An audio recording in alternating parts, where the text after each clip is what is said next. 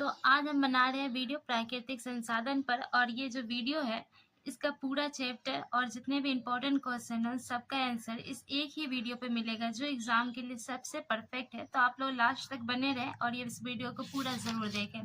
पहला क्वेश्चन है हमारा, जलोढ़ मृदा के विस्तार वाले राज्यों के नाम बतावे। इस मृदा में कौन कौन सी फसलें लगाई जा सकती है। तो हमें इससे तो पहले मैं आंसर भी बताऊंगी और इसे इमेज द्वारा भी समझाऊंगी। तो पहले आंसर देख लीजिए आप।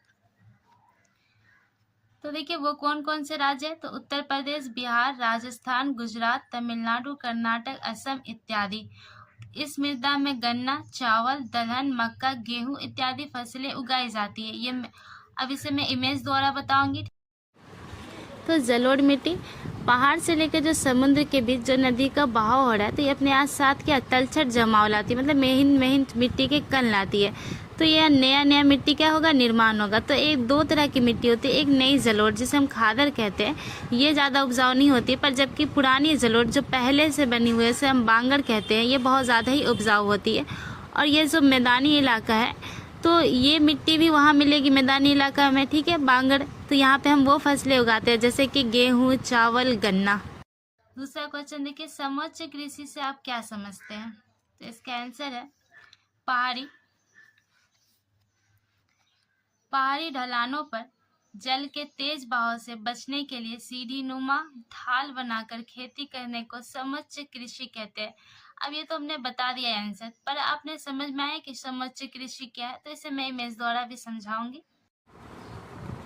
तो समोच्च कृषि वो कृषि है जहाँ पे यहाँ देख सकते हैं कि यहाँ पे क्या हो गया, मृदा संरक्षण ढाल के घुमाव के साथ पानी के बहाव को रोकने के लिए सीढ़ी नुमा कृषि की जा रही है, ठीक है। तो क्वेश्चन 3 है, पवन आवर्धन वाले क्षेत्र में कृषि की कौन सी पद्धति उपयोगी मानी जाती है।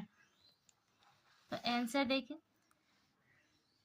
पवन आवर्धन वाले क्षेत्रों में पट्टिका कृषि श्रेयस्कर है। अब पट्टिका कृषि क्या है यह भी अब थोड़ी देर में हम क्लियर करेंगे, जो फसलों के बीच घास की पट्टियां विकसित करने पर आधारित है। जहाँ पर समोच्च कृषि पहाड़ी ढलानों पर घुमाव के साथ की जाती है, वहीं पे पट्टिका कृषि अलग अलग फसलों की पट्टी होती है। जैसे कि यहाँ पे एक ही खेत पर अलग अलग फसलें उगाई जाती है जिससे मिट्टी की उर्वरक क्षमता बनी रहे। अब हम देखिए आंसर 4, भारत के किन भागों में नदी डेल्टा का विकास हुआ है और यहाँ की मृदा की क्या विशेषता है।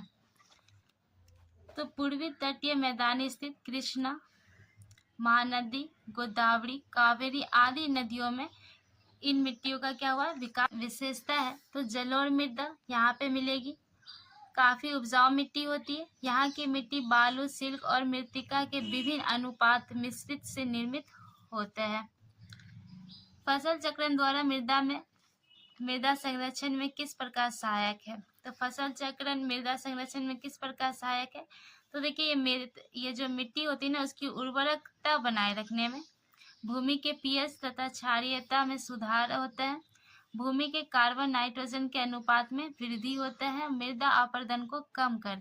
तो फसल चक्रण को हम डायग्राम द्वारा समझेंगे जो 4 वर्षीय है, जो हमारी क्या होती है भूमि की उर्वरक क्षमता को बढ़ाएगी। पहले वर्ष हम गेहूं उपजाएंगे, तो गेहूं क्या होगी, भोजन और चारा दोनों में ही सहायक होगी। तीसरा होगा दाल के जो जड़ में होता है नाइट्रोजन स्थिरीकरण को क्या करता है, ज़्यादा ही वो खींचता है वायुमंडल से और ये मिट्टी की उर्वरकता क्षमता को बढ़ाता है। तीसरे वर्ष हम मक्का, ये अनाज और चारा खरपतवार में नियंत्रण में मदद करता है। और चौथे वर्ष हमें हल्का फुल्का सब्जी उगाना है।